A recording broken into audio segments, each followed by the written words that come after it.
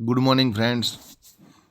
આજે આપણે lecture series જે આપણને બોર્ડની પરીક્ષા માટે ખૂબ જ કામ લાગવાની છે તેના અંતર્ગત ધોરણ 10 વિજ્ઞાન પાઠ 4ના ખરા ખોટા આપણે સમજશું. તો પહેલું છે અસંતૃપ્ત હાઇડ્રોકાર્બન કે જે એક અથવા વધુ દ્વિબંધ ધરાવે છે તેને આલ્કીન કહેવાય છે. તો આ વાક્ય બિલકુલ સાચું છે કે દ્વિબંધ હોય તો એને આલ્કીન શ્રેણી કહેવાય છે. સાયક્લોહેક્ઝેનનું સૂત્ર C6H6 છે. આ વાક્ય ખોટું છે. સાયક્લોહેક્ઝેનનું સૂત્ર C6H6 નથી.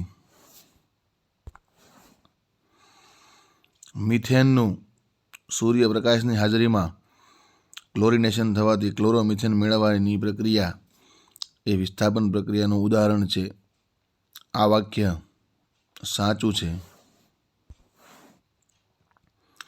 એસ્ટર એ દુર્ગંધવાળી વાસ ધરાવતા સંયોજન છે. આ વાક્ય ખોટું છે.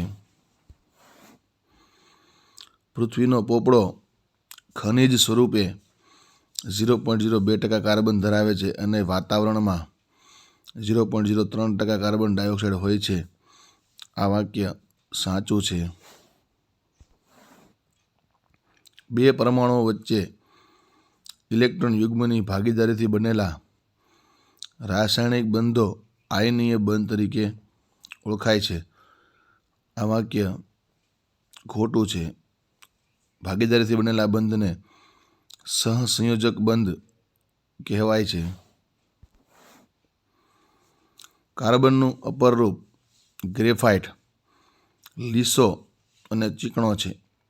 આ વાક્ય સાચું છે. વિદ્યુત સંયોજક બંધનો સ્વભાવ કાર્બનને મોટી સંખ્યામાં સંયોજનો બનાવવાની ક્ષમતા પૂરી પાડે છે. આ વાક્ય ખોટું છે. કાર્બન પરમાણુઓ વચ્ચે માત્ર એકલ બંધથી જોડાયેલ કાર્બનના સંયોજનોને અસંતૃપ્ત સંયોજનો કહે છે. જો એકલ બંધ હોય તો તે સંતૃપ્ત સંયોજન કહેવાય, પરંતુ દ્વિબંધ કે ત્રિબંધ હોય તો જ તેને અસંતૃપ્ત સંયોજનો કહે છે. શ્રેણી કે જેમાં કાર્બન શૃંખલામાં રહેલ હાઇડ્રોજનને સમાન પ્રકારના ક્રિયાશીલ સમૂહ દ્વારા વિસ્થાપિત કરવામાં આવે તો આવી શ્રેણીને સમાનધર્મી શ્રેણી કહે છે. વાક્ય સાચું છે. જો એક જ પ્રકારનો ક્રિયાશીલ સમૂહ હાજર હોય તો તે શ્રેણીને સમાનધર્મી શ્રેણી કહે છે. આલ્કીન સંયોજનનું સામાન્ય સૂત્ર CnH2n-2 છે. આ વાક્ય ખોટું છે. આલ્કીન શ્રેણીનું સામાન્ય સૂત્ર છે CnH2n ઓનલી. -2 જ્યારે આવે તો ત્યારે આપણે આલ્કાઇન શ્રેણી સમજશું.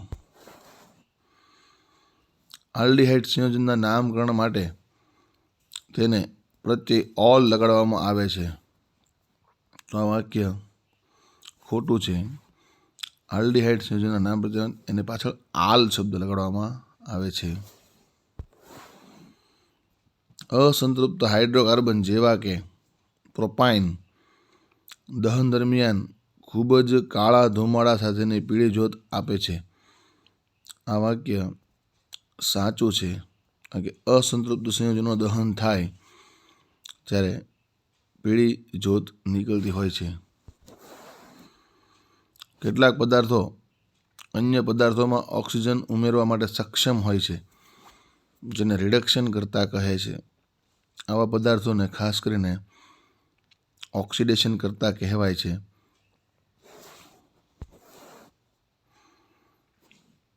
CH4 + Cl2 + CH3 gives CH3Cl + HCl.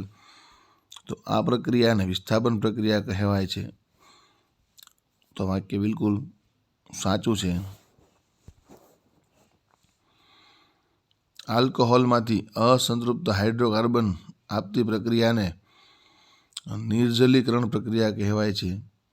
તો આ વાક્ય પણ સાચું છે. ઇથેનોઇક એસિડ શિયાળાની ઠંડી આબોહવામાં બાષ્પીભવન પામતો હોવાથી તેને ગ્લેશિયલ એસિડ કહે છે. વાસ્તવમાં ઇથેનોઇક એસિડ શિયાળાની ઠંડી હવામાં જામી જતો હોવાથી તેને ગ્લેશિયલ એસિડ તરીકે ઓળખવામાં આવે છે. સાબુના અણુ એ લાંબી શૃંખલા ધરાવતા કાર્બોક્સિલિક એસિડના કેલ્શિયમ અને મેગ્નેશિયમ ક્ષાર છે. તો વાક્ય ખોટું છે.